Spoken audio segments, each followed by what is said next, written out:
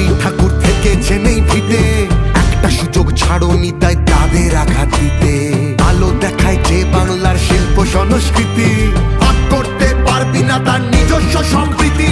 যতই করো হামলা আবার জিতবে বাংলা, যতই করো হামলা আবার জিতবে বাংলা। এই মাটিতে সব উৎসবের সমান জায়গা আছে, ভালোবাসা হার মানে না চোখ রাঙানির কাছে।